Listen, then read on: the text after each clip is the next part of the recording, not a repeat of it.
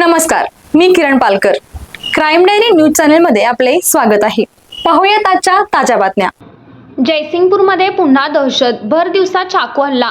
नागरिक आक्रमक. दोषींवर कडक कारवाईची मागणी. शहरात गेल्या काही वर्षापासून वाढलेल्या गुन्हेगारी घटनांमुळे नागरिकांमध्ये भीतीचे वातावरण निर्माण झाले आहे.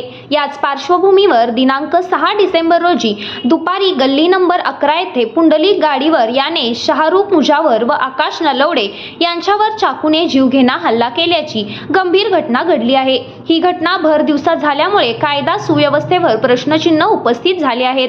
हल्ल्यानंतर गंभीर जखमी अवस्थेत असलेले आकाश नलवडे पोलीस स्टेशनकडे धावत गेले.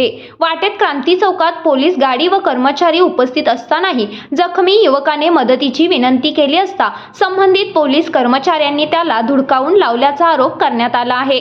जखमी अवस्थेत स्वतःच पोलीस स्टेशनमध्ये पोहोचल्यानंतरही मेडिकल हॉस्पिटलमध्ये नेण्यासाठी गाडी देण्यास नकार दिला गेला असल्याचा गंभीर आरोप निवेदनाद्वारे करण्यात आला आहे.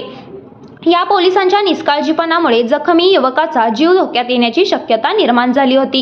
या संपूर्ण घटनेच्या निषेधार्थ जयसिंगपूर येथील नागरिक व महिलांनी मोठ्या संख्येने पोलीस स्टेशनमध्ये गर्दी केली आणि पोलीस निरीक्षक सत्यवान हाके यांना निवेदन देत तीव्र संताप व्यक्त केला.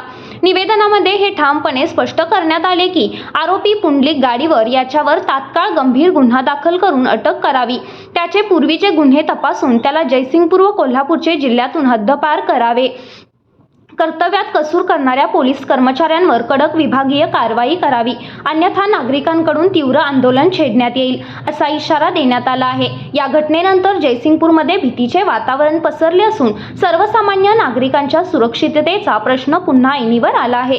पोलीस प्रशासनाकडून आता नेमकी काय भूमिका घेतली जाते याकडे संपूर्ण शहराचे लक्ष लागले आहे.